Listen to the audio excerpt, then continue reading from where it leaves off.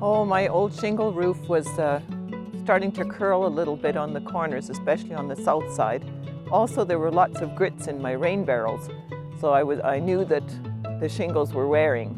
Last fall, I got a flyer in the mail for Interlock, and that kind of got me looking at, in different direction. When Neil and Brian came out, they explained it to me very well, and as they were talking, it kept making more and more sense. So I was quite pleased and good with the decision.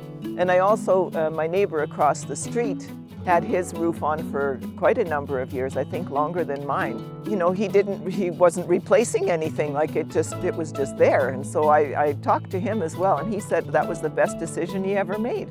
Well, I didn't really have any questions, but the guys who were here installing kind of kept me informed as to what they were doing. Oh, I'd say that they were very efficient. The guys worked fast.